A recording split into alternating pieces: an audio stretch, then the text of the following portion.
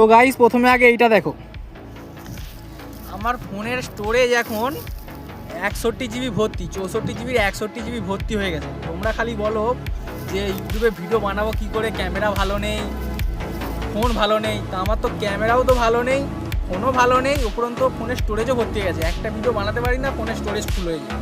তাতে আমি ভিডিও বানাচ্ছি কেন? আপনাদের জন্য, আপনারা দেখবে ভিডিওটা পছন্দ হবে, তার জন্য আপনাদের জন্য ভিডিও বানাচ্ছি। আর তোমরা খালি বলো এই নেই সেই নেই, ভিডিও বানাতে কী করে পারবো। তো ওই সব অজুহাত না দিয়ে ভিডিও বানানো শুরু করে দিন, যা আছে তাকে দিয়ে ভিডিও বানান, পপুলার একদিন হয়ে যাবে, কোনো চিন্তা নেই।